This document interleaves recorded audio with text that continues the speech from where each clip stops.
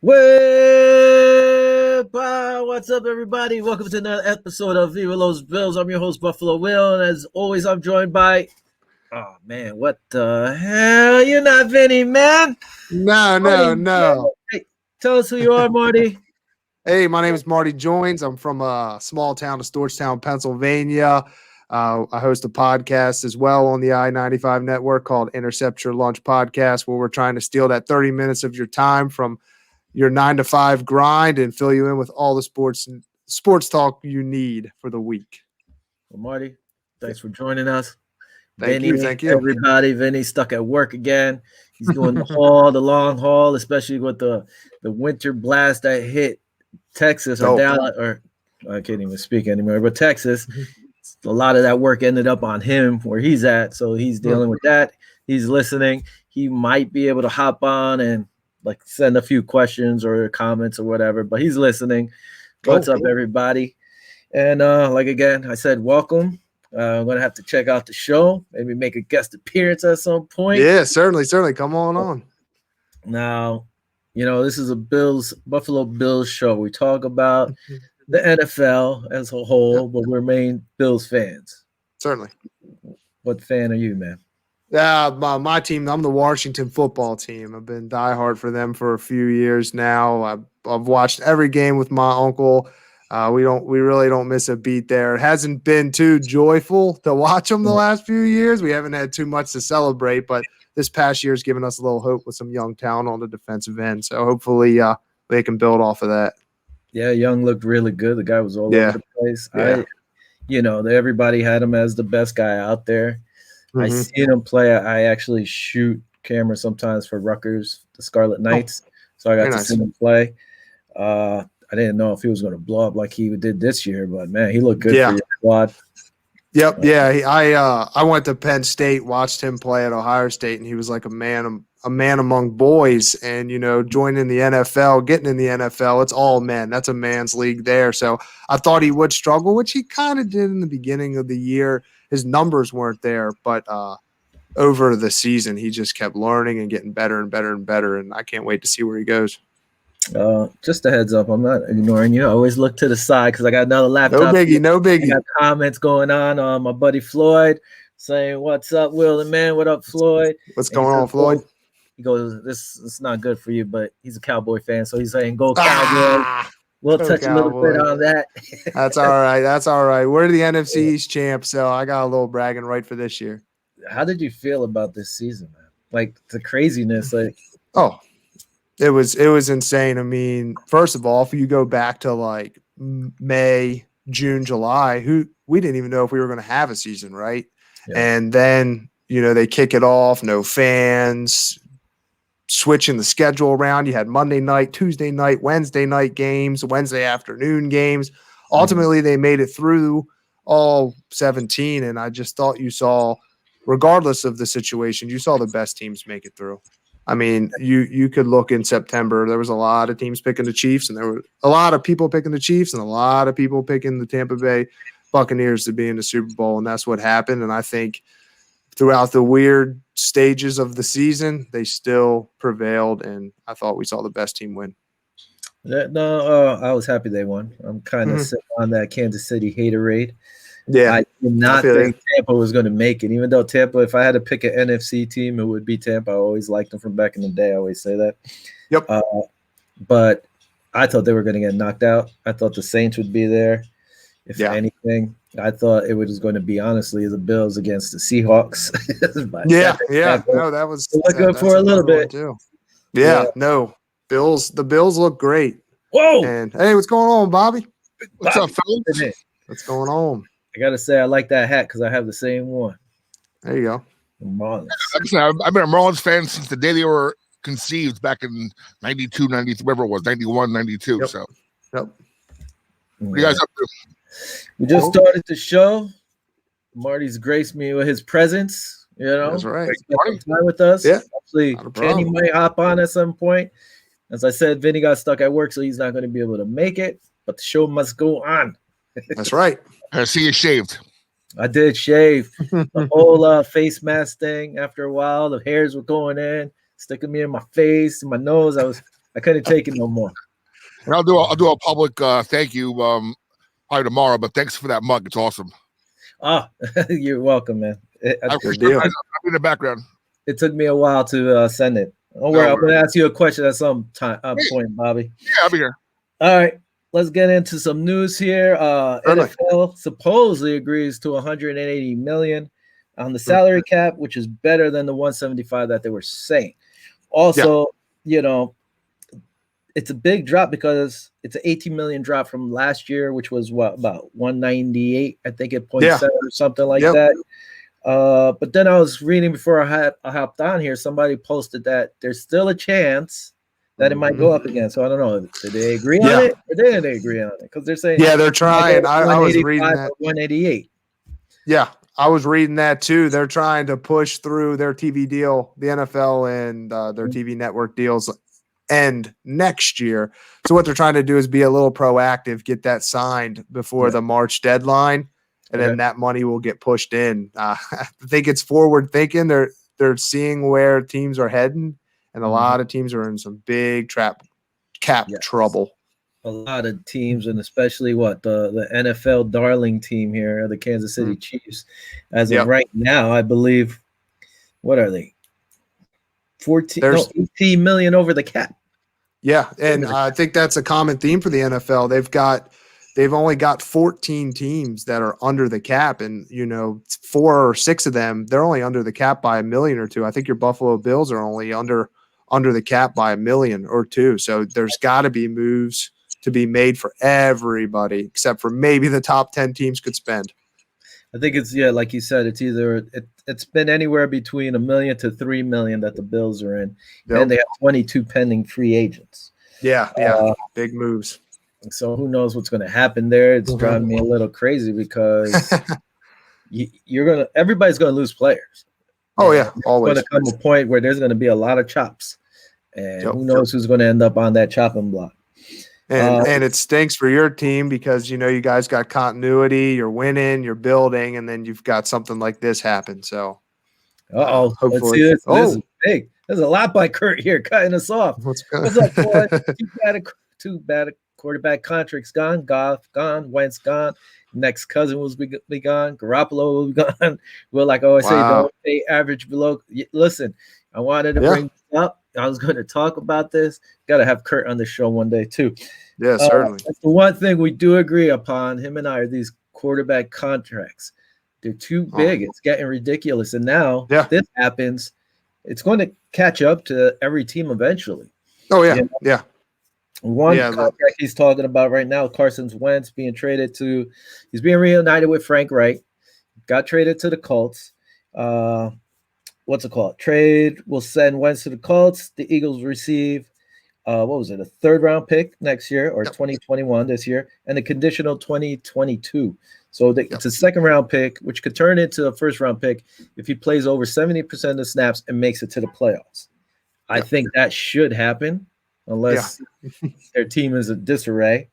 What do you think about the trade? Because me personally, I'm looking at it, and if Carson Wentz could play to his capability, I think it's a good deal because he's making 20-something million a year. And that's below average now with these quarterbacks, 30, 40 million. I think it's a good deal for them. I think it's a great deal for the Indianapolis Colts. 11-5 with Phillip Rivers. If they can get sort of the same play out of Carson Wentz, who's younger, a little bit more athletic, and add another variable to that offense, that would be tough for teams to plan for. I think it could turn out really well, even if it is a 1st-round pick next year. If he hits on all of those incentives, I'm sure the Colts will gladly give up their 1st-round pick for a playoff appearance again. I mean, I know they had one against your Bills this past season, but if they can make the playoffs again next year with a Carson Wentz, they could be a really dangerous team. I see Kenny's in the background here, Bobby. If you want to throw Kenny in, he's ready. We could get Kenny in and see his thoughts on this. What's up, Kenny? Kenny? What's going on, fellas? What's going on? Nothing much, man. What's going on? One show to the other. One show to the other. That's right. You know how Kurt is. We're always late. Yep. Yeah, well, he already chatted out there. Real quick, we were talking about the Carson Wentz deal. I didn't get to listen to the show because I was setting up. I actually think it's a good deal, especially if he plays well, because he's making $20 million for the next 4 years. It's 20 plus, but he's not hitting the 30 or the 40 that everybody's asking for. What do you think about it? I love the deal. I mean, look at, like Kurt was just mentioning, all the bad contracts. Goff gone, but they got the Rams got not the Rams. Detroit got 2 first-round picks for Stafford. Yeah, the Colts had to give up was a second-round pick this year and a third-round pick this year and a second-round pick next year, conditional first round. No brainer. And the guy is going to go to a team where he's going to have an offensive line. Yep. Yeah. The Philly fans, Marty, from being in Pennsylvania, they Yep. turn on their players faster than any fans in the NFL. They even threw snowballs at Santa Claus one year. I mean, they're ruthless down there. Well, not even that. I was reading some fact that there was this robot traveling across country and on its own, like hitchhiking. People would pick it up and take it. It got broken down in pieces once it reached Philadelphia. So, they're robot to save. Yeah. And real quick, well, they probably talked to Frank Reich, and Reich said, yes, this guy is a quarterback, and he will be okay with the Colts. So I think that's why they made the decision to get him. Yeah, he had his best years with Frank, right? Pretty much, too. He looked good. Yeah. The thing is, he has to stay healthy. He has a better offensive line, like you said, so that shouldn't be a problem. Hopefully this doesn't cut your head off, Kenny. Let's see. No, we're looking good. The Eagles, after this trade, are still taking $33.8 million. Yeah, I mean, listen, the Colts are not losing. They actually helped the Eagles get rid of part of that contract. But to me, it's all the Colts. The Colts, they won on this thing. Here you go. All day. $33 million this thing. The Rams had to trade 2 first-round picks and a third to get Goff. 2 bad signings cost the Rams. Yep, listen, I actually like what Detroit got. I thought Detroit did fine. Look, Goff, we'll find out if he's a system quarterback or not, if he could adjust. And Detroit, man, you got all those picks. I liked it. I thought they did well. Yeah, they don't have to put all their eggs in Jared Goff's basket either with getting those picks. If they want a young gunslinger coming out of the draft this year or next year, they've got a guy that can help through the rebuild and get the young rookie quarterback ready and established before throwing him in there to the Wolves. Real quick, my buddy Floyd noticed my beard's gone. Ken Workington, Kenny, caller at the Meadowlands Racetrack is giving me an update. Flyers 1-0. And big fan of yours. I know he does the harness race in there. Big fan of his throughout the years. Yeah, Kenny's a good guy. I've known him for a long time. And my one buddy who's a Eagles fan said, "Let's go Wentz." He's a clown. There you go. Andrew for checking. Will, I know Marty's a Washington fan, and just having Wentz out of our division, I think the Eagles are a mess. I don't want to get. Yeah, I think they're a big time mess. Don't want to get into the Eagles too much, but the Eagles are a mess, and I can't be happier. It's good. We're talking about league news now. Okay. I agree. I totally agree, Kenny. I loved it. I loved it from the start. Jalen Hurts he played well, had great stats, but I don't think he's going to hold up for 16. I think people are going to pick up to his gimmick plays, so I love it. They need to work on that offensive line, and they need help. Listen, Wentz, I thought when they gave him that big contract, I told my Philly friends, I was like, listen, why don't they just pay Nick Foles? The guy loves playing in Philadelphia. He seems to do well for him, help them win a Super Bowl. Pay this guy, trade Wentz, get as much as you can. Back then, they thought I was crazy. He's gone now. Gone. Another news real quick. Falcons release Ricardo Allen Bailey, and have waived Kurt Benkert. Releasing Ricardo and Allen freed up $10.75 million, but now they're over $3 million in dead money. So we're going to start seeing this more and more. A lot of guys are going to start chopping these older guys or guys making big money. So, I mean, especially I think the cap is down a few million this year. Right. We touched on that. Even harder on general managers and teams to keep the higher end players. Yeah, we touched that. It's what, almost $18 million less But now, Marty and I saw they were saying maybe they might bump it up to 185 because it's supposed to be 180 or 188. They're still waiting for the TV contracts. So we'll see. you're gonna have a mini free agency before free agency because these guys that are getting cut, they're available to sign tomorrow. So you're gonna have a lot of solid players floating out there before free agency. So it'll be interesting to see. There's gonna be a lot of movement in February, unlike we've ever had before. Yeah, I think you're right because you're going to try to upgrade your team, and then you're going to cut these players. Now there's even more players in the free agency pool. The only thing are the big name guys. I don't think they're going to sign right away, and they're going to make whoever this is pay extra cash. I think Jets are going to have to overpay. Jacksonville's going to have to overpay because nobody really has money this year.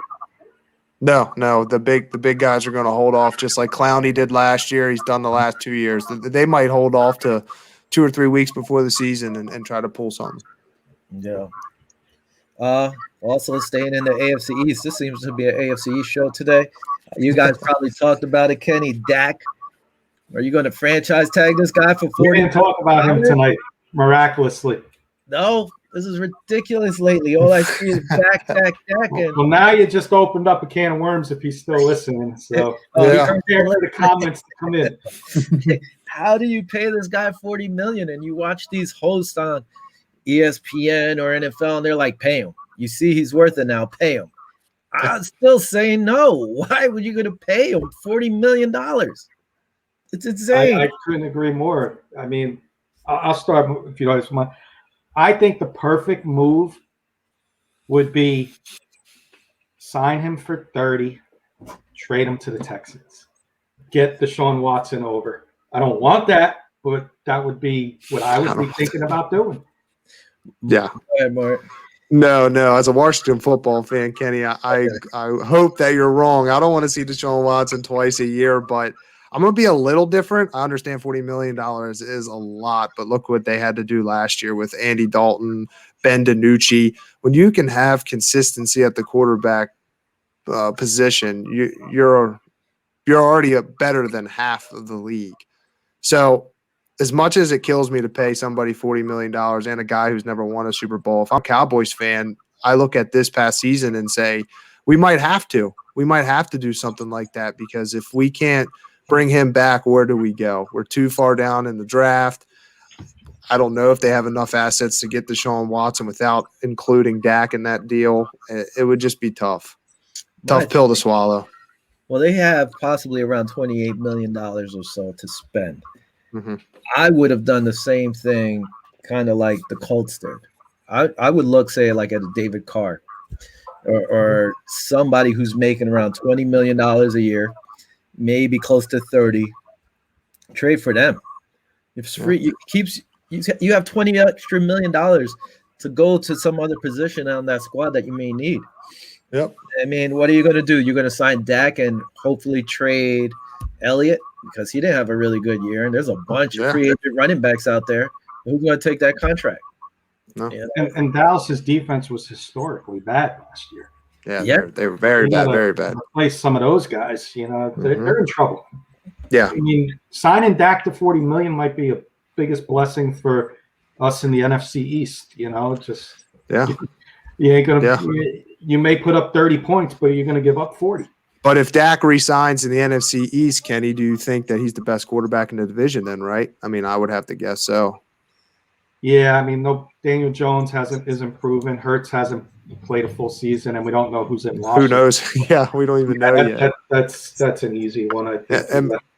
And Buffalo will for you. I mean, we're talking big-time money, big-time quarterbacks. Look at your guy Josh Allen. Is he going to get $40 million this offseason? I can't see them paying him $40 million. Don't get me wrong; it seems to be the going rate, and he's one of the better guys. And especially, like I said on the K&K show, he's been getting better and better every year. He had a very good offense around him. They need to get a running game.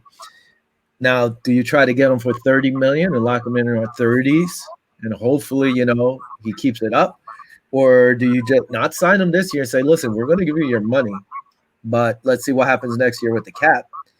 And, hopefully it doesn't jump from 30 to 40 every year. Then that's something. Yeah, certainly. If he has another great year, he's going to want to get paid. Yep. Me personally, I would try and compromise and give him anywhere from 32 to 35, because if he progresses even more next year, you're going to be forced to give him 40. Well, that's all day. You want it. It just stinks that the cap went backwards this year, because if you didn't, you'd be all right.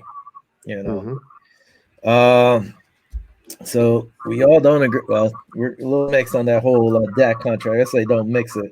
Another guy, we could bring in Bobby for this one. Big Ben, set to pay $41.25 million this year. The GM was like, "Ooh, I don't know. We got to talk about this. We got to see."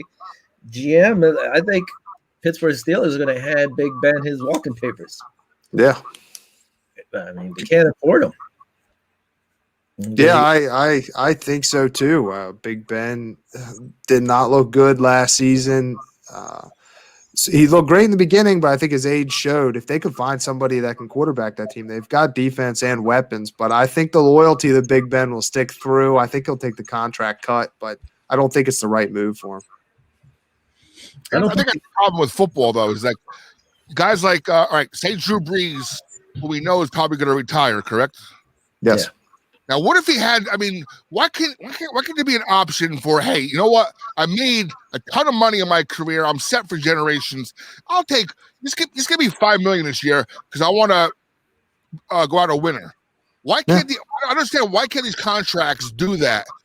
Big Ben. I'm sure he would take $5-10 million, and you know what? Be happy because he knows he gets back to the team. He helps the team out, gets some more weapons. Maybe Juju comes back. I mean, I don't understand why. In football, they can't do that. I mean, I don't know why they're so stringent on this cap where that just has to be your cap hit. Even though I'm telling you, I'll write out in a form. I do not want this money. I'll be happy with this. Why can't that be a thing? Probably because it's a bonding contract, It's a players' union, right? But if the player who's part of the union says, "I don't want this. I want to help my team out. Have one more year and go out with a bang." Why can't I just say I want $5 million? That's it. Well, I think because he already signed the contract, so that's why a lot of people got confused. Say with the whole Patriot thing with Tom Brady. First of all, Tom Brady should have been the highest paid quarterback every year. He was the one winning all these touchdowns. I mean, all these Super Bowls. There was no reason for him to make $20 million a year. It was like Jordan playing basketball for all those years, he was making good money, but he should have been the highest paid every year, and he wasn't. Yep. But Tom Brady was like, all right, I could live off $20 million plus all my endorsements, pay other people so we could keep winning. And that's the problem. Listen, Patrick Mahomes is going to be making, $40 million soon? Yep. It's going to catch up to them. They're not going to be able to keep all those weapons. So what's he going to do now? Does he really care about his teammates and say, "Yo, I want to reconstruct my contract where I'm going to only make 30. Let's sign 2 more players or something"? Or is he just going to say, "No, keep paying me. Don't worry about it"? Yeah. It's tough, and like we said earlier, with the cap going down, that it hurts this year and it hurts next year and the following. It's going to be a repercussion that teams are going to feel for a few years. I mean, and don't forget, as far as Mahomes, I mean, I don't know if you guys noticed or not, his agent is Jerry Maguire. Okay, so I mean, he's not going to ever go for the kill like that. I mean, give him that big money now, but I'm sure he's going to be very friendly down the road. Mm-hmm. I think Big Ben is going to maybe possibly retire because I don't think it's going to be a Brady situation. If he's not in Pittsburgh, I don't think he's going to go anywhere else. I think he'll hang it up. We had this little game we played last week, off-season game, and I wish I could take back Ryan Fitzpatrick because I think Ryan Fitzpatrick would fit perfect in Pittsburgh and be $25 million cheaper than Big Ben. Yeah.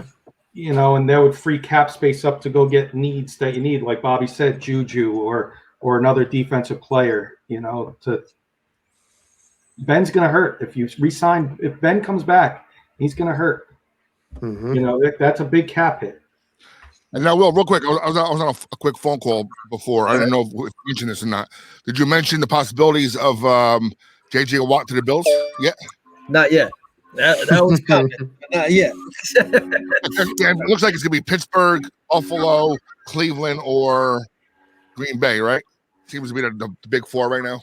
Yep. That's what they keep saying. Yeah. But, he did say he kind of likes the way Cleveland looks. And Cleveland has money, and they have a very good team squad all around. They don't really need to re-sign a lot of players or anything. They have their core group. So if you want to play there, you have Myles Garrett on the other side. They stepped up. They have a pretty good offense. So you're going to a winner where you could get paid more money. Yep. You're not going to go to like Jacksonville or something like that. 3 of those teams you mentioned, Bobby, all have something different. Pittsburgh, T.J. Watt, so the brothers would be playing together. Mm-hmm. Cleveland, he would be playing against his brother in the same conference, but still playing against him. And Green Bay is where he's from. So 3 of those 4 teams you mentioned, I can easily see him going to. I feel bad for the other brother because no one mentions that there's 2 brothers on Pittsburgh. That's right. No one's mentioning Derek over there. Poor Derek. It's no love. They say DJ, last usually, but they don't say it up front. Mm-hmm. So, and then also, listen, man, Seattle, Wilson wants out of there, or they're not happy. That's another guy you could try to trade for or try to do something for, or you're gonna have to give up the house for Wilson. Oh my gosh, yeah. If you think Deshaun Watson's prize, Russell Wilson would be even more. And I talked a little on Kenny's show, the K&K Sports Show, last week or 2 weeks ago about I think quarterback movement you're going to see a little bit, but I think next year is going to be where you're going to see some of these big cap numbers hit, and you'll see guys like Rodgers wanting out. You're going to see guys like Wilson, maybe Watson again if they can't work things out. So I think you'll see a lot of movement next year on that. Yeah. I can't believe how many quarterbacks are so unhappy and want to get out.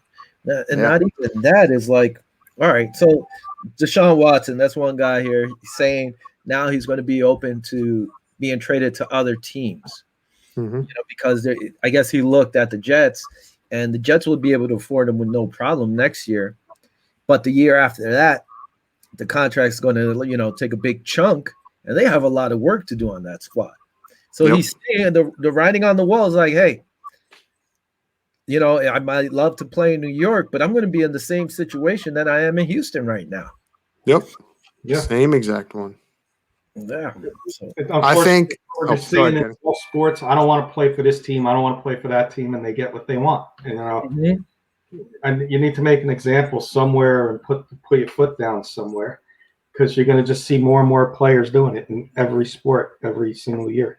I mean, they started that with the NBA. Yeah. No, I was going to say, I think it's the Tom Brady effect. I think he left a cushion spot in New England. He went down to Tampa Bay. They gave him everything he wanted. And I think other quarterbacks are seeing that. They're saying, hey, Tom Brady went down there. They gave him weapons. They gave him a defense. They tailored the offense for him. I've been here for 5 years. I've been here for 10 years. You guys aren't doing anything for me. I'm not going to be treated like Aaron Rodgers. I don't want to stay in my prime and get passed over year after year after year because the team's not good. I'm going to pull Tom Brady. Send me somewhere who's going to pay me, who's going to give me what I need.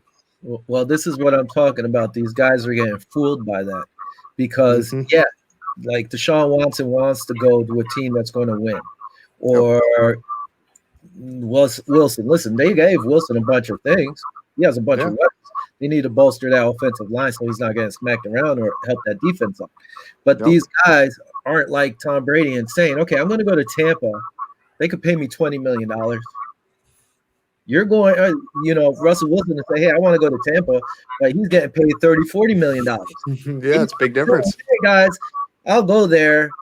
I don't need to make $30 million. I want $20 million. Like Bobby said, they're not doing that. You still want to go to a good team with good players and make as much money as you can. And that's not going to be able to work. Houston, you paid Deshaun Watson. Fine. You trade Hopkins because you knew you pretty much weren't going to be able to re-sign Hopkins and keep J.J. Watt and keep Clowney. That's why you can't keep all these high-end players and expect to keep winning all the time. It's going to catch up to you. These quarterback contracts, like I said, is going to keep catching up to these people, and it's happening. And everybody thinks I'll just go somewhere else. You could go there for a year, but then you're going to kill their salary cap too. And be in the same boat. Yeah. It's going to happen all over. Will, you mind if I backtrack for a second? When we were talking Dak Prescott, I texted Kurt and I said, "Are you still on?" And he said, "No, I ran upstairs. I had to step away." But here's his comment, if you don't mind me reading it. Oh, go ahead. I ran upstairs. Sorry. Here's my comment, all in capital letters. Do not sign him long term. No, no, no. Couldn't win with the best O-line in the NFL and one of best backs. Good points. Doesn't win big games ever! Exclamation point. Yeah, no, listen. You opened the can of worms with Dak Prescott, and I took the bait and I texted him. Oh my. I was talking to my brother, and he actually had said the same thing you did, Kenny, was sign him and trade him to Houston. That's what he was saying. And he's a big Cowboy fan. He actually didn't want the Cowboys to pay Elliott all that money. But he said what they should do is sign him and try to trade him to Houston. Now, what if you sign him and then you can't trade him? Then you're stuck with him. Doesn't mean they're going to want him, you know? That's my point. If he goes to the Jets, what's it going to say in 2 years? The Jets aren't going to be a playoff team still. I want out of New York. I don't want to play here. And then that ruins the Jets giving up their draft picks. The Jets' future is all ruined because this guy don't want to play in New York. He can't handle the media. Or he can't handle losing. I would not trade him unless I'm getting a king's ransom for him. Like, that's why I keep saying the only team I could see him really going to is Miami. You could get Tua. Now, what I saw from Tua, I wasn't really impressed. But, hey, it's his rookie season. He's a rookie. Maybe this year he takes the next step. But at least if you trade him for Tua, you could say, hey, I took the number one quarterback at one point, and I got 2 or 3 number one draft picks with him. But besides that, you don't want to play? That's fine. You sit down and you pay those fines. You don't want to pay? That's fine. You're not going to make your $30 million this year. That's your choice, you know? The problem, and I bring this up, guys, a few times. I brought it up with on previous shows. The problem is they need to change these contracts. If you sit out, when you come back, you should be making, you're not making 30 million. Yeah, you're going to make 30 million, but you're only going to collect 1 million. The rest of that, send to these charities. Like, you'll see these players, just an example, but if you see these players lose their money when they come back, they won't sit out. See, they will not. I don't know what they do, but I know if he sits out, every day he sits out, it's $50,000. So if he chooses to come back 2 weeks, he still has to pay all that money. So he doesn't get that money back. He has to pay it regardless. So it's a straight loss. Now, I don't know if NFL uses it for charities or what they do. But the point I'm making, though, is when he comes back, he is still making the money. Yeah. Cut that when he comes back, you're only going to make $50,000. What you were getting, what you were paying for sitting out a game, that's what you're going to get. You're not going to get the $30 million. Yeah, that would entice him to play. That's for sure. Yeah. Well, the problem is these guys don't honor their contracts, which drives me crazy. And that's the one thing watching that Bulls series about the Bulls owner saying, hey, you signed the contract. Honor your contract. I'm not going to renegotiate it. That's like Julio Jones signed a contract. I think it was Julio Jones. I forgot how many years ago. And then 2 years later, another receiver was getting paid more than him. And he's like, I want more money now. Dude, you just signed your contract 2 years ago. Your contract. I always thought that. It drove me crazy. How did it work for Le'Veon Bell? How did it work for Le'Veon Bell? How does it work for many of those? How does it work out for many of those guys who chase the dollar, who leave positions where they're winning? Like you said, Le'Veon Bell, Antonio Brown. There's 2 guys in Pittsburgh. They could have stayed there. They were Super Bowl contenders. They ended up doing what they did for the few years. But it turns out a lot of those guys who play like that, it doesn't turn out well for them. Yep. And it's not a running back market, and that's what killed Le'Veon Bell's too. It's totally different. Real quick, my buddy Chino, he's a Giants fan. He's over here. Giants all the way. Giants are the only team who will beat Brady in the Super Bowl. And then he agrees, like these players, it's because they're all full of themselves, and that's what they're doing. That's true. Get it? You want to get paid? I was shoveling snow on my desk. I got the New York Giant gloves, Chino. There you go. There you go. What else here for this news? I mean, anything else? Because besides, like I said, I was going to talk about J.J. Watt. Bobby brought that up. Mhm. And, the Bills, I don't know how they would do it. They'd have to chop a bunch of people to make it happen. And the only thing I don't like about that, maybe you guys know this, dead cap money. Is it on your contract for a year after you cut that guy, or is it longer? Dead cap money that goes off that cap this year. Okay. It's bonus money. That's where, like, for instance, if somebody gets a signing bonus, that gets divided by how many years are on the contract. So say they get a bonus of $40 million on a 5-year contract. That's $8 million a year against the cap. That's why teams, you'll see them sometimes, they'll take all of their base salary or all of their salary and put it into a bonus that spreads out that cap for a few years, helps them out. Yeah, because I was always wondering about dead money, like how long it lasted on it. I knew the whole thing, what it was, but I just don't know how long it lasted. Vinny, who can't be on today, just signed out. Hey, it's a business though, so I get it. You got to look at it on both sides. You want to do what's best for yourself as a player, but you got to understand. It all hit me back in the day, and I said this was like Willis McGahee. When the Buffalo Bills drafted Willis McGahee and let him sit and heal a whole year. Then when his contract came up, I was like, all right, he's going to sign with us. And he's like, nope. He picked up and shot over to Baltimore. And I was like, damn, where's the loyalty? But then you watch how a lot of teams will sign these guys to a 4-year contract, let's say, give them money, cut them 2 years later. Yep. And it's like, well, the players aren't going to be loyal to the team when this is how the team's acted to the players. So it's like a double-edged sword on how you want to go. You can't be too greedy if you want to work out certain ways. No.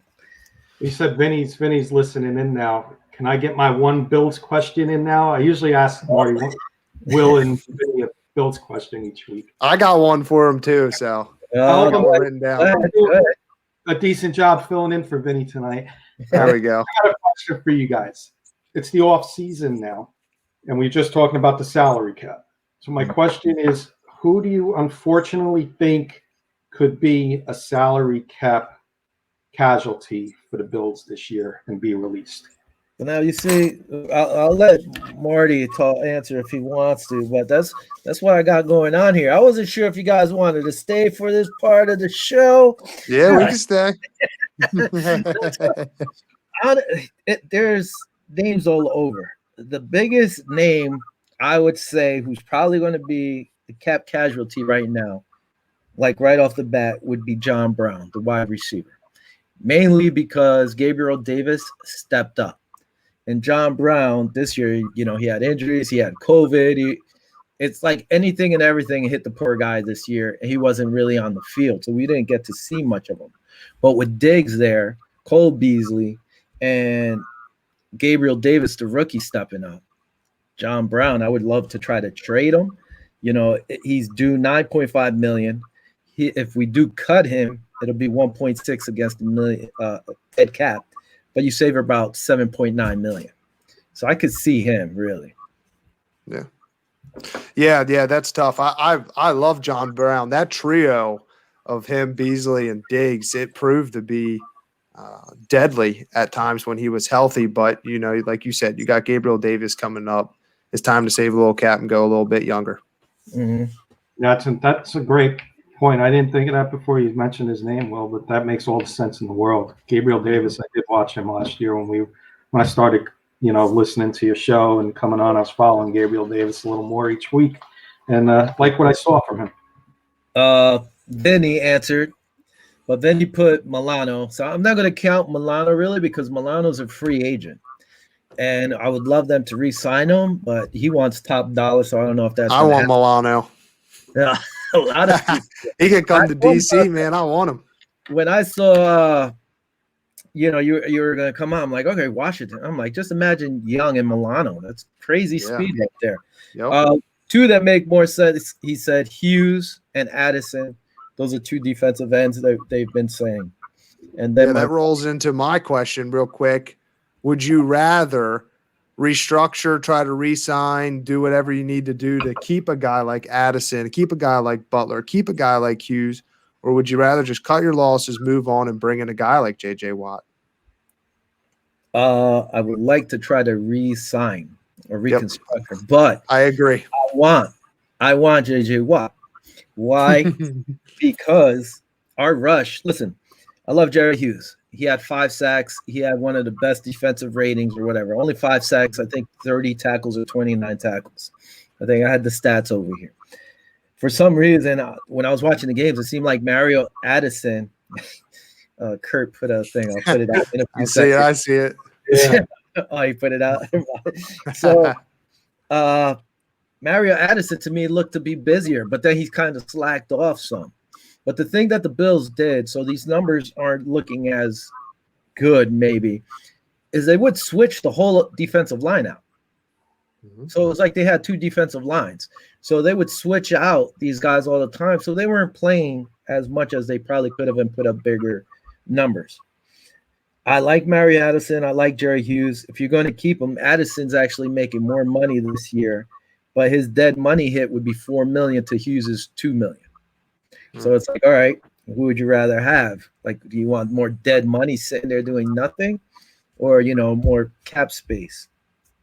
But again, like if I'm going to look, I went off this website called Bills Wire. So Bills Wire had John Brown's as one, Mary Addison, Jerry Hughes possibles, tight end Lee Smith. Lee Smith, if they cut him, they'll save $2.25 million or whatever. No dead money space. So I'm like, that's a guy who could get kicked out. And, he doesn't do much. He had 4 catches, 2 touchdowns, and he's mainly a blocker in there. And Vinny and I joke all around all the time is that when he's in there, he's blocking. So he got lucky and had 2 touchdowns. Nobody paid attention to him. One big guy I thought they might get rid of, which would make sense, is Quentin Jefferson. He's due $8 million, a dead cap hit of 1.5. So you're saving about $6.5 million on him. So I could see that, But I would love to get JJ. We need that rush. You need that one guy, and then it'll open up if you keep Hughes for Hughes to come around the other side. JJ is going to take attention. But, yeah. Do you guys think he's a little overrated now as he's getting older? Or I do. The situation was just that bad. A little bit of both for me. Yeah, I agree. I mean, your defensive line wasn't as good. You didn't have Clowney on the other side. You didn't have the big boy Wolfwork. I know it's a few years taken away, but you didn't have those big bodies in the middle. So he is injury prone too. He did play a lot last year, but he's an injury away from sitting out a year, with an injury. Yeah, he's done that twice already. Do you want to pay that money for somebody who's not a guarantee? I would rather go out in the draft and draft one of these guys who should be available when you guys pick. No, I agree. Listen, that's one thing. Vinny wasn't happy. Enough Bills talk. Remember, Watson interested in Broncos. How much do Broncos give up for what? What is the listen, Kurt, we're on a Bills Mafia type of show. He's up with the Broncos right now, Kurt. Hold on, buddy. K&K. This isn't Intercept Your Lunch. This is a Bills show, Kurt. Yep. Don't be hating on the Bills, Kurt. So what Kurt just told me, he's ready to just give up on Locke, and that's it. That's it.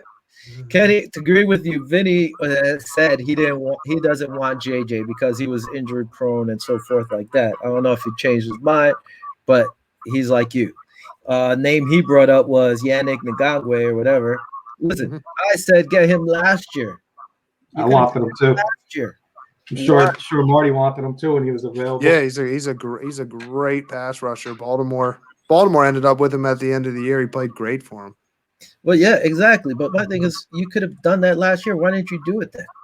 Yeah. You know, the Bills had the chance to go get him, and they didn't. Nope. So now I'm going to give you a guy in the draft who's going to be my sleeper.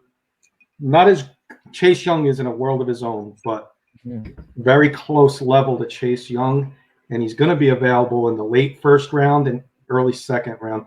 And I'm going to butcher this name, but he's the edge rusher on Georgia, Uljari.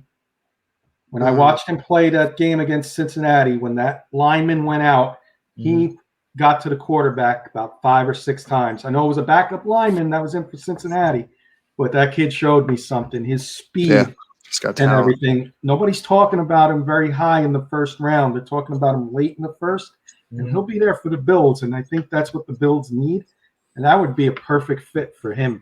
And if you go watch tape on him, you may agree.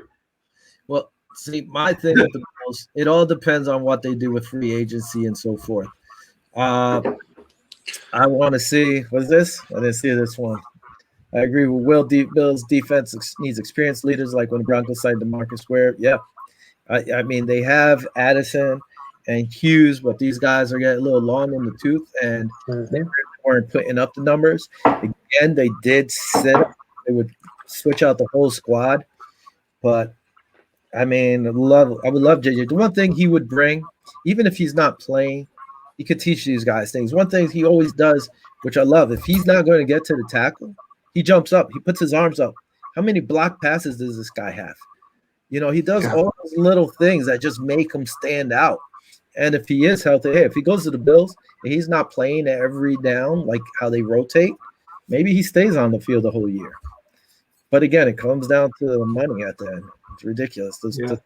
He was set to make $17 million this year. Yeah, I'm paying him that. I think he's going to take a little pay cut, but if he goes to a contender, like he's not going to play for Bengals, he's not going to play for the Jaguars. He's going to a team that he thinks can go to the Super Bowl, hands down. Yep. Bills, Packers, Steelers, Browns. He's where he can make a difference, but I still wouldn't pay him. I'm afraid of the injuries, and I think he's getting up in age, a little overrated in my opinion. Agreed. I totally agree, Kenny. Yeah, I mean, I'm going against you guys. I'll pay him. Bill's on board with us, though. We got one of the Viva. We got one of them. With us, Marty. Yeah, we got Vinny on board with us. That's right, Vinny. Any other question? Kenny always has like the good questions, man. I can think of something real quick. So we said the cap hit. A running back situation. What do you think the Bills are going to do next year? And are they going to go out and get a free agent? Or are they going to draft another guy? Or are they going to stick with what they got? Personally, I would stick with what we have. Real quick, I agree with Kenny. He wants to go to the best chance for a ring. He's talking about JJ. That's Vinny. Agreeing with you. I mean, why not come to the Bills? We were one game away from the big game. The problem with the run game is that we didn't see it. They really didn't run the ball. So Singletary had a good year his first year. You know, this year he barely touched the ball. Moss, the guy got hurt. He was seeing the ball, but they weren't really running the ball. They were passing the ball probably 70 or 80% of the time. So for them to say, and everybody's picking the Bills to go pick up one of a lot of them are picking the running back out of Alabama if he's still available. Mm-hmm. What's it going to matter if you're not going to run the ball? If you're going to run it 20% of the time, it's still, you could get a gem out there. If you're not doing anything with them, why waste that pick? If you can't sign Milano and there's a great linebacker out there at that point, maybe I'll take a linebacker.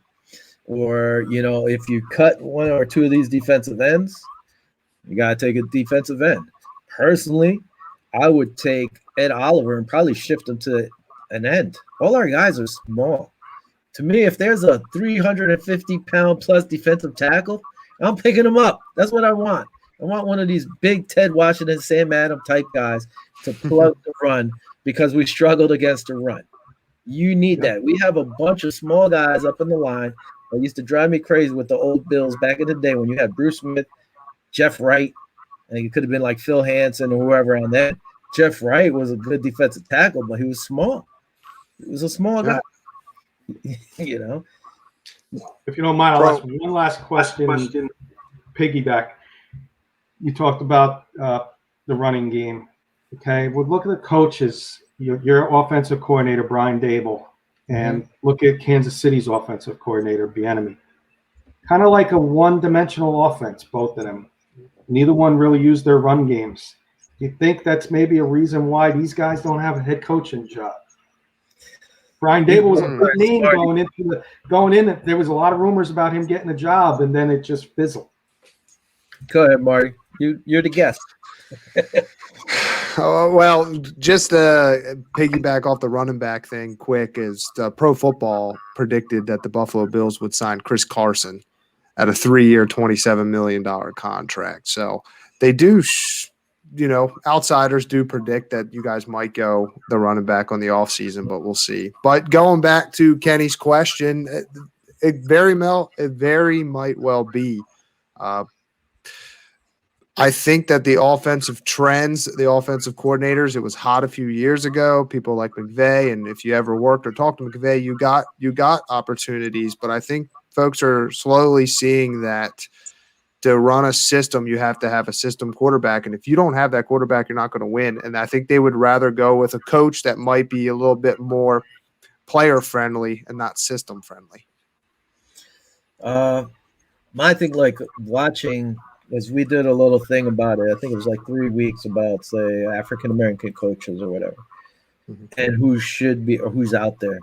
If I'm watching Kansas City, you're watching the Kansas City game, even though it's supposed to be, it's calling the plays, you always see Andy Reid talking. It's always Andy. So I think it might be like, who's really calling the plays? Is it him or is it Andy? Or is it just them, so much communication? And if you watch Kansas City's offense, listen, they're putting up crazy numbers. They run the same stuff over and over and over. Yeah. It's the same plays. Maybe it's to Hill this time, but the same plays ran to Richardson or whatever. It's the same stuff over and over, which drove me crazy because how do you not pick up on this or try to at least stop it? I know it's harder to stop, but letting Hill run across the field within 5 yards, nobody hit him. Hit this guy off the line. Hit him one good time. You throw off the timing. Kelsey, nobody really touched him coming off the line. Hit him. You see matchups when he's going against a corner. The guy's a beast. He's chucking these corners to the side, but it still messes up their play. The one guy, listen, I have a mixed feeling with Dable. I like him, but 2 years now in the playoffs, it's like his play calling changed, and it wasn't as good as during the regular season to me. So I had a little issue with that, and part of me was like, I hope somebody does pick him up. Same thing with Leslie Frazier. Our defense was ranked 3rd last year. It's ranked, I think, 15th or 17th this year. We went backwards, and we had better players. Like, what's going on? So part of me was hoping he was gone too. And part of me glad that he's back, but let's see what happens this year. The one guy I do say who should get a look at, or two guys, was Byron Leftwich. And don't get me wrong, I'm surprised nobody picked up Bieniemy. I thought he would have been hired. Byron Leftwich is one guy with Tampa. He's been with this guy for last 3 years, the head coach, Bruce Arians. Yep. So unless Arians is going to step down maybe next year and he'd take over that job.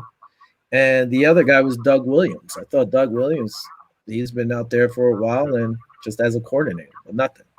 Let's hear what Bobby's got to say. I think Leftwich has surpassed Bieniemy now. A With little bit. Win? With that win and the way Brady played this year. Yeah, Brady's Brady, of course. But you know what? You still have to fine-tune and make adjustments. And I think that's what he did for Brady to have a great season.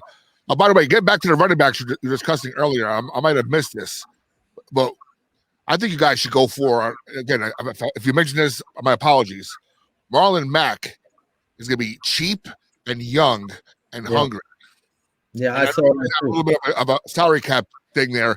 Yeah, he's not going to be a lot of money this year because he'll need a prove-it deal. Yeah. He's only 24, 25 years old or something, which is young for a running back. Yeah, I would be surprised if nobody picks him up. That guy's a beast. See, I remember the Bills. I remember the Bills when you had Jackson and Spiller, and you used those running backs. Like, I feel you got something there with Singletary and Moss if they're used properly.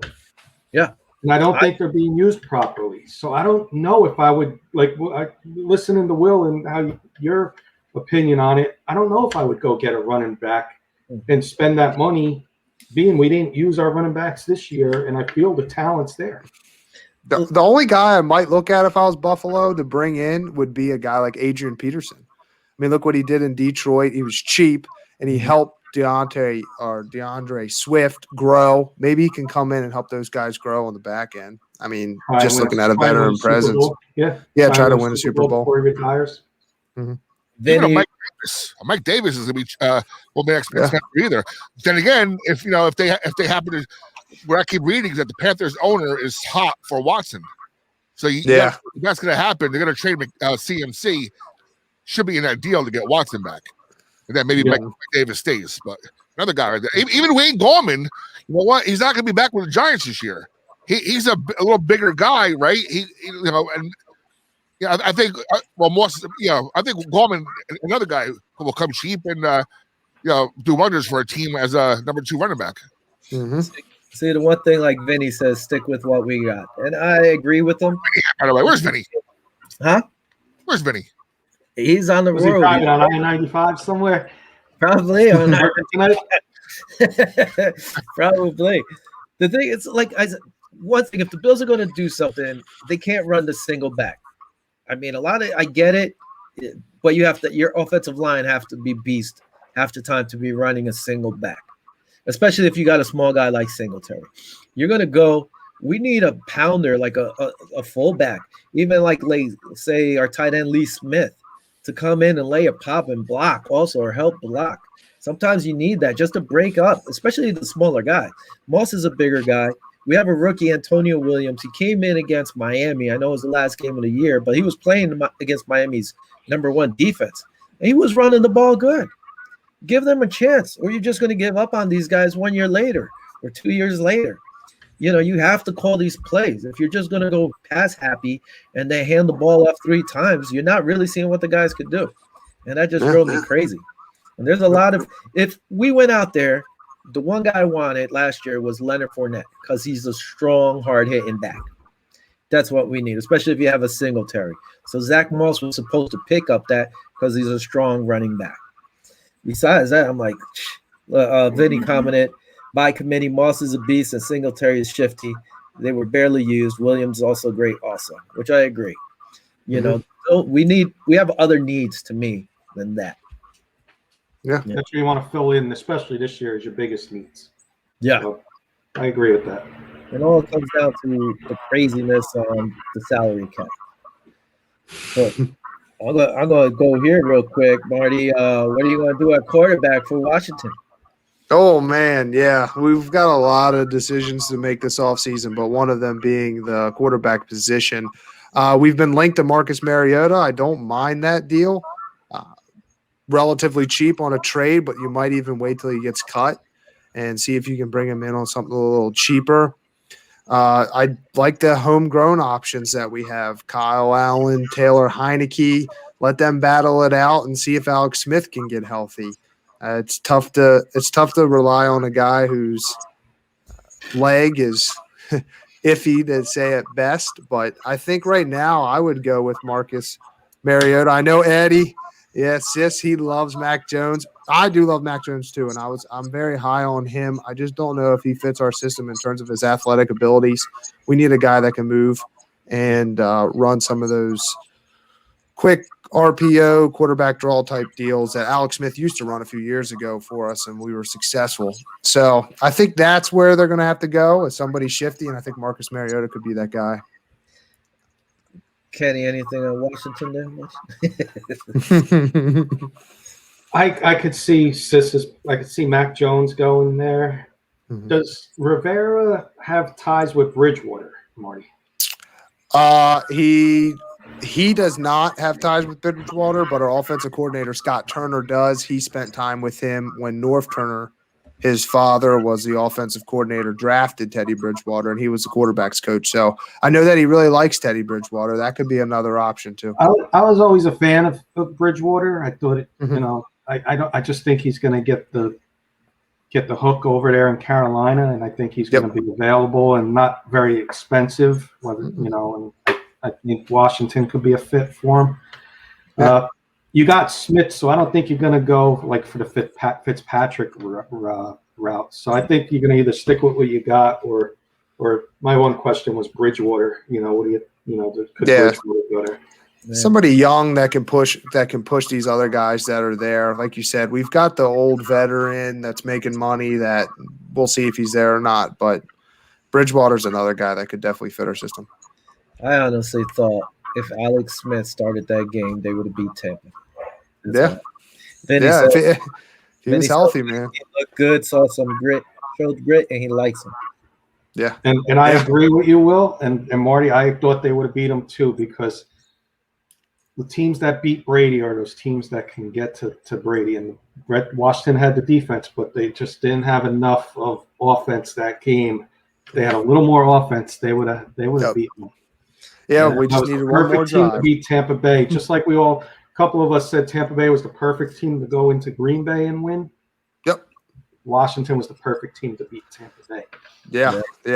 I was very excited for that one. Didn't go our way, but it was great experience. And to lose to a team like that, I'll just tip my cap to them. Yeah. All right, Kenny, what's going to happen? The big move for the Giants. It's tough. I'm hitting up with my guest host here. That's right. I'll give you my gut feeling. What we're going to do is Gettleman is going to mess something up. We're not going to – Devontae Smith will be available. He'll pass on Devontae Smith and pick the kid up from Marty's alumni, Micah Parsons. He'll pick the linebacker up. And he'll go out and get a receiver in free agency. If that Eddie's saying Waddle, but I'm going to say he's going to – Sis knows Gettleman's going to mess something up. And I'm not saying it's a mess up because this kid's good. And I think Judge and that staff can handle, any, discipline them the way they need to be. Mm-hmm. And I think Smith is going to sneak around. I don't know if Miami don't take Smith. I think he's going to be one of those like fall through the draft 14, 15 area. I agree with you. I think he's going to drop. I don't know. It's just funny. Like I could see the Giants going defense. There's a lot of needs. We can go wide receiver, but that's what I would like to do. I would also like the tight end, but you can't have everybody. So I'll be happy with the kid from Penn State. That's going to be my bold prediction. We're going to go out of the box. I'm going to say Micah Parsons. 2 quick things here. Well, 3 now. Got to run. Great job, fellas. Great show. I might lose my co-host job. That's what Vinny said. No, this is your show, Vinny. I can't step on the Bills Mafia, Vin. You're back next week. This will be the last thing, real quick, I guess, for both of you, because I was talking about somebody about this. Now, you're your GM of your team. Do you draft best player or best player at the need that you really need? Go ahead, Kenny. For me personally, because we have a bunch of needs, I'm going to take the best player. I'm going to take the best player available. Even if it's a wide receiver and you have 5 wide receivers. Oh, we don't have 5 wide receivers. No, I'm just saying. Like, okay, I'm going to take if I'm a GM and of a team, I'm going to take the best player needed at that position. If I'm picking early, if I'm picking later on in the draft and somebody slips, like the Giants seem to do that in the second round. We picked up Xavier McKinney this year. We picked up Landon Collins a couple of years ago. We got him in the second round. It was the best player available. It wasn't an immediate need, but we picked him up. And that's what I would do if I had a late pick.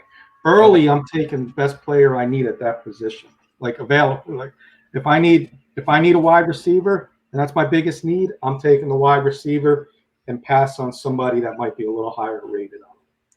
I might try and trade down. If I can't trade down, I take the player. Yeah, I'm best player available. if it's an offense or defensive lineman. I think you cannot have enough of those guys. Like you just mentioned, I got 3 wide receivers, and this guy drops. He's the best player available. I'm going to pass. I feel like if there's an offensive defensive lineman that's top there and you're already built there, just go. Just keep building that. But I'm going to draft on need if that's not there. I'm going to try to see if I can hit something that's going to really help the team. All right. Your buddy Kurt didn't pop on this side, but real quick. Easy. Best player. Why pass on the best wide receiver in the draft to take the 4th best offensive lineman? Take the best player. Figure it out later. He also gave a Giants prediction real quick. They play next year like Redskins did this year. Run the ball with Barkley behind O-line and play defense. Don't make Jones do too much. Win with defense. I get it. Can I disagree with my co-host for a second? Go ahead. Our old promo had Kurt saying, weapons, weapons, weapons. You never have enough weapons. Not if you don't have a quarterback. Nope. You drafted Drew Lock that year, and where's he gotten you so far? Not too far. So nowhere. I disagree. I know if you got enough wide receivers, don't take another wide receiver. I'm going to go off on this. We'll end it on here. That's what – going back to what you said, C.J. Spiller and Fred Jackson. We had Marshawn Lynch and Fred Jackson. Best player on the board was C.J. Spiller. We draft C.J. Spiller and traded Marshawn Lynch, I think, for a 4th-round pick or something like that to Seattle. To me, that was ridiculous. There was no need for it. C.J. ended up being pretty much a bust except for 2 years or something. I'm always going to go the best player I think my team needs. Which, I was going back and forth with people no, you take the best player on the board. Again, I'm fine at running back, wide receiver. I'm not going to take a wide receiver or a running back unless I know one of my guys is coming off contract next year and I might not be able to sign him. That's it. But besides that, if there's a great offensive tackle, I'm taking the offensive tackle that I need or whatever. Yep. And I think after the first round, you could take best player available after the first round. Yeah, after the first and maybe the second round, take the best guy available then. Thanks for joining us, guys. Cool. Thank you. Always a pleasure. Plug the show real quick, Marty. Yeah. You guys can catch us here at the I-95 Sports Network Tuesdays at 5 p.m. live there, but Intercept Your Lunch. You can find us on Apple and Spotify as well. Like I said, we're a 30-minute show just looking to fill your lunchtime while you're at work, fill you with everything you need. I got a special play for you guys. Remember, Dustin Johnson, Genesis Open this weekend. It's playing at plus 500. Put $10 on that. You'll win $50. Nice. Kenny, go. K&K Sports Show, Wednesdays, 8 p.m. to 10 p.m. Eastern Time, I-95 Sports Network, Facebook Live, YouTube, yada, yada, yada. Thursdays, 6 p.m. to 7 p.m., K&K Sports Show's Wits and Wagers, little wagering show. We have fun little topics, fun little bets. We did one last week with Marty, off-season predictions on some players, and the winner of our panel is going to get a jersey. So we have fun little wagers, giveaways for audience members throughout the weeks. That's on Thursday, 6 p.m. to 7 p.m. Yeah. Hold on. Then the last thing, Kurt had to chime in and said, run the ball and play defense. That's what wins championships. Bobby. Let me get Kurt plug. Him and his wife do All In on High School Sports, which is also part of the I-95 Sports Network. Tuesday nights, 8 p.m. to 9 p.m. Great high school sports talk show, different teams, kids, recognizing them. They do an awesome job. Check them out. There you go. I just want to say that Marty's show will be on at 6 p.m. tomorrow as well. Oh, very nice, very nice. I'll play twice a week. No worries. There we go. I like it.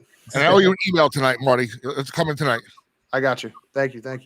All right. Everybody out there, thanks for chiming in. Guys, thanks for joining me, helping me out with Vinny on the road. And that's about it. Good night. Viva los Bills. Adios, everybody. By the way, see you, buddy. The show next week will probably be on Wednesday night, Bobby. We got to work on that. I got to work on Thursday, so I can't do it. Everybody, Wednesday night at some point, if it's available, I'll post it out there. All right. Thank you, Buffalo Bill. Thanks. Good night, guys.